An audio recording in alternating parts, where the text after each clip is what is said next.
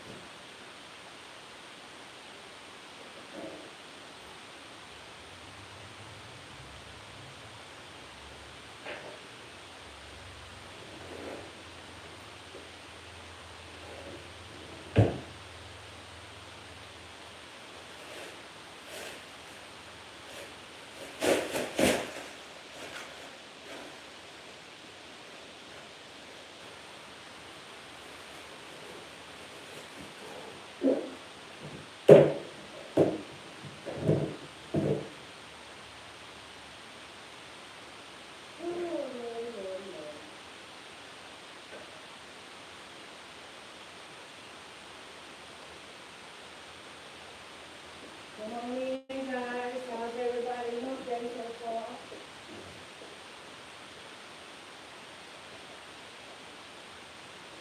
How has everybody's week been going so far?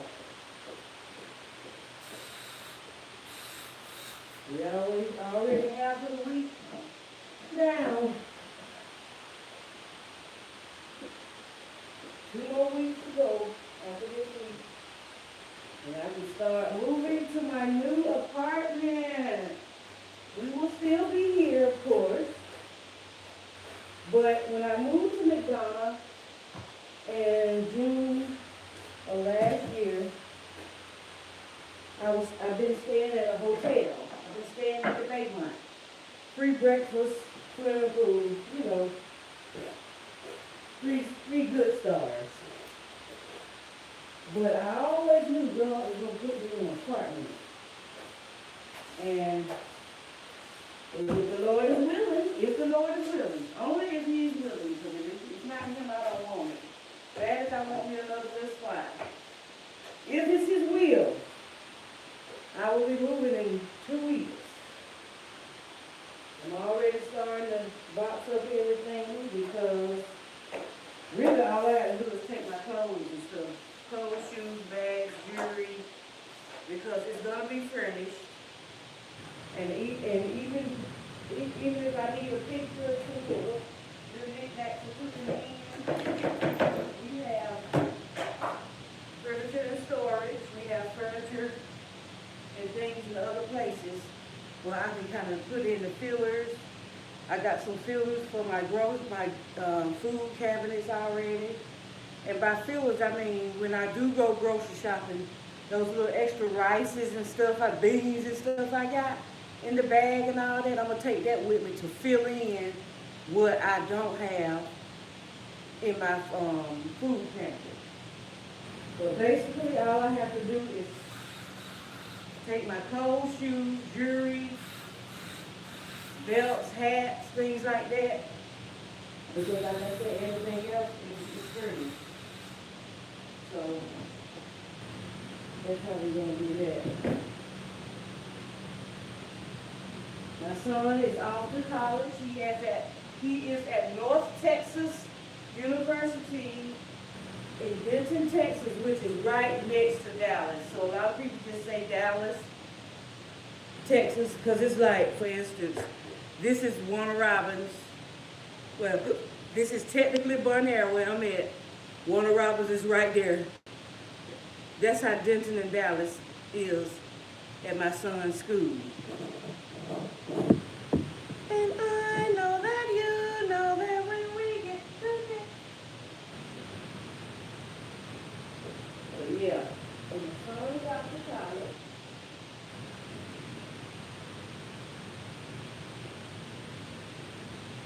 my daughter's working. And regardless of what they do in life, I let my children know that I am already proud of you. I don't care if I get mad at you. I don't care if you make the worst decision in the world. I'm already proud of you because y'all are decent individuals. Y'all try y'all best to be good to people and yourself. I just got to make sure y'all be good to yourself without an ego-driven behavior, without narcissist behavior that everybody's a narcissist these days. Everybody's a narcissist. And you know what? The worst narcissist that I figured out, the worst narcissists are the people that accuse other people of being a narcissist. The worst narcissists are the people that look on the computer at night so they can check down the characteristics. Yeah, she do this. Yeah, he do that. Then you get fun, you get a kick out of looking up narcissism. Anybody that do that and get a kick out of it, when they going down the characteristics so they can just hold something over on their partner or their friends or whatever, you are a narcissist. So quit calling the other person a narcissist, because at least they're not on the computer researching what's wrong with you so they can check your list down, so they can fuss at you about something, so you can counteract. Instead of removing yourself, you rather hurt yourself by trying to hurt them. So quit calling folk a narcissist, because the people that dive deep into that, they are narcissists, okay? Don't go by if they're pillars of the community. Don't worry about if they're on podcasts giving people the business about relationships. You know, don't worry about all that, because everybody has their own path. But when you find those ones that are always hollering, that's a narcissist, that's narcissistic behavior, they're the narcissists, okay? Don't go by if it's the Pope. Don't go by if it's the president. Don't go by if it's the podcast people, okay? Don't go by the Guru Van Zant, all of that. Don't go by that. Because a lot of things that they say people are, and they are good people. Good relationship advice, the best in the world, okay? But when you see somebody that's constantly knowing how to call somebody something, majority of the time, that's them. Majority of the time, that's just them trying to find some kind of evil plan against the person that they're calling the narcissist. You know, it's an evil, almost, you can almost put them in a laboratory saying, ooh, beep, beep, there's a narcissist. Ooh, they have this characteristics. I'm going to do this if they say that. You combat it, says everybody a narcissist. Everybody's combating everybody about being that. So it look like everybody won to a certain degree. So don't let nobody label you because they want to analyze and construct how they want to hurt you, okay? And it'll be in disguise, I love you, baby. Ooh, baby, baby. They might pay something for you. They might get your oil change, whatever. No, ladies. Ladies, no. Ain't nothing wrong with common courtesy in a relationship. You ain't got to do this. You ain't got to do that. You ain't got to do this. You ain't got to do this. Common courtesy. That's all you need. If y'all having conflicts, common courtesy. God taught me this. Common courtesy will fix it. You ain't got to diagnose the man or woman. You ain't got to try to doctor on the man or woman. You ain't got to try to save the man or woman. But see, that's where a lot of us go in wrong. We think we God. I'm going to make sure he do this right because he know I did this for him, so he better do this right. I've seen too many people. You don't run nothing with your sweet, pretty self. You don't, with your sweet, good, everybody self. You don't run nothing. You can't change that man. Need to change some of your behavior. That's what I did. See, I'm working on myself. I'm working on myself because I decided the relationship that I was in with his rich, thugged out self, I had to remove myself. When I removed myself from that relationship, I got better. I have a peaceful home. I'm able to go, right now at 10:15, I'm going to my therapist. So when God sent me my husband, I ain't got to try to fix him and he ain't got to try to fix me. We could operate common courtesy and love. Operate common courtesy with love. That's all it takes for a successful relationship. So all these podcasts and stuff, giving you ammunition to hurt your partner, you know, you can listen to it. You might even take some of the advice. But common courtesy with love is the answer. You ain't got to try to diagnose the man. Even if you a certain way, okay, remember you were that certain way, so be careful how you telling other women what they should do. Because a lot of times when you scold and scold and scold and don't do this, oh, women just put up anything. The common courtesy with love will dry those tears up, okay? I was so hurt. Oh, I'm telling you, this is me. I was so hurt. I've been so hurt so bad. I ain't realized that people pleasing is not right. I didn't realize that being sweet and manipulative is not right. Okay? I didn't realize that getting degrees and being sweet and manipulative is not right. Okay? It's not right. Sometimes people hide behind education. They want to hurt people because they got degrees. Man, I went to school. I went to grad school, graduated. I went to undergrad, graduated. I went for the student loan money, okay? It just so happened I found out after the streets, I found out that I was smart. See, I grew up in a two-parent home. Beautiful. Vacations, this, that, this and that. But I guess what? I still didn't believe in myself and I was a C student. It took after I got through with the streets to realize that I am a smart person. I am an A student. I did not have blackouts. Even if I did things that were not right. Even if I did things that were not right. And even if sometimes I neglected my own kids, guess what? I still knew what I was doing. You know why? Guess how? Guess why? I used to be like, oh, if I wasn't drinking so much at that time or getting high or something like that, I would have did better. No, that doesn't. Come to find out, y'all. See, I let other people make me feel low. Like the people with degrees and the preachers and the parents and the professors and the police and all them P's. I allowed them to make me feel like I was inferior. Come to find out, I had just as much sense of those people, including the parents. That's why I didn't have blackouts. I knew exactly what I was doing. When I was doing wrong, I knew exactly what I was doing. I did not have blackouts. But you know why? Because I had a good mind all along. I let them people make me feel inferior.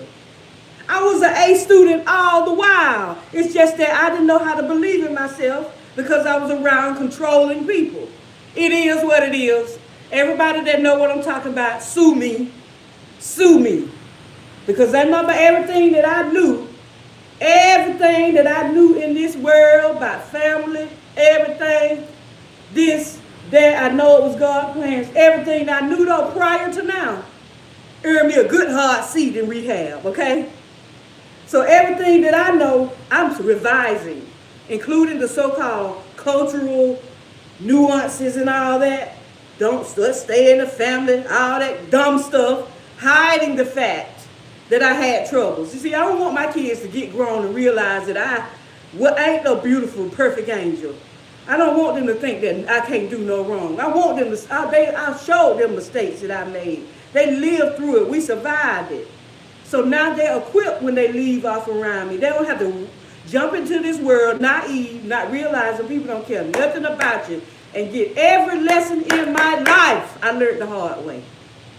Yes, I know I went to Disney World every week, every summer. Yes, I know I wore can dresses and fluffed up socks. I know. I know I wore bebops and stuff. But that stuff don't matter, baby. That stuff do not matter. Your child will be a dressed up trash can, don't know how to handle their feelings, just because you didn't want to be honest about how you were or the child's parent, other parent was. You have to break that history down. You have to break that stuff down, baby. You'll be in a world of trouble. And I love everybody that don't help me.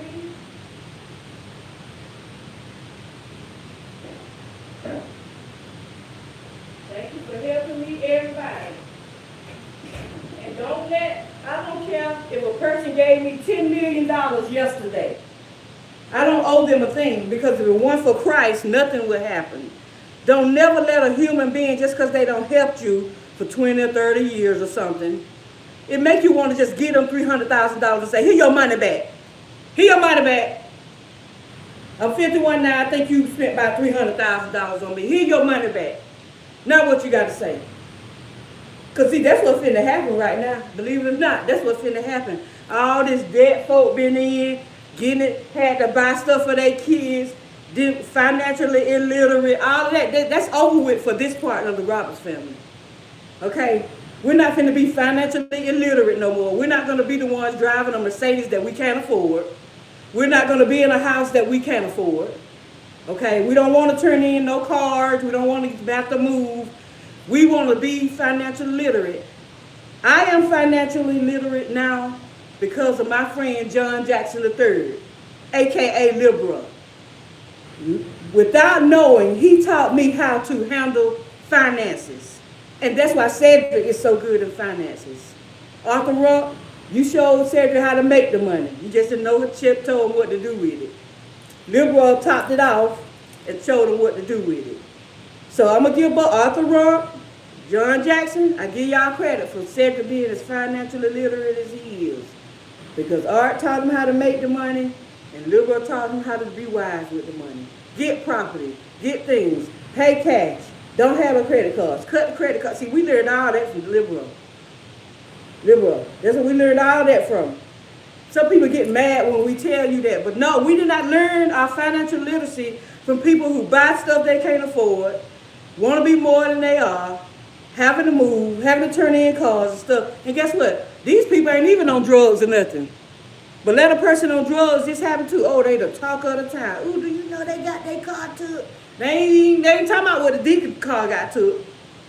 The one that used to be on drugs, now he a deacon or something like that. I ain't calling no names, I ain't talking about nobody. If your shoe fit, wear it. Well, I'm talking about you.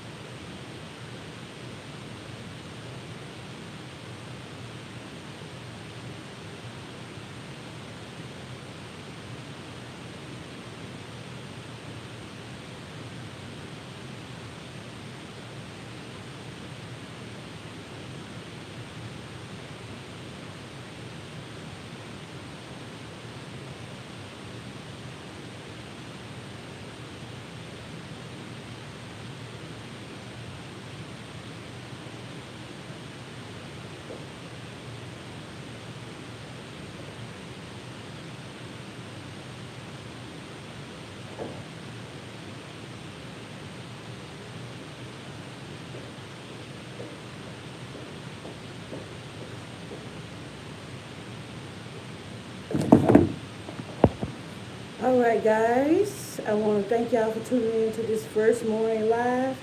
Today we will be dedicating our social media day to Majority Live. So we will be going live on Queen Elyse Nicolette, Queen Elyse, Elyse's History Corner, and we will be doing TikTok, Instagram, and TikTok and Instagram later on.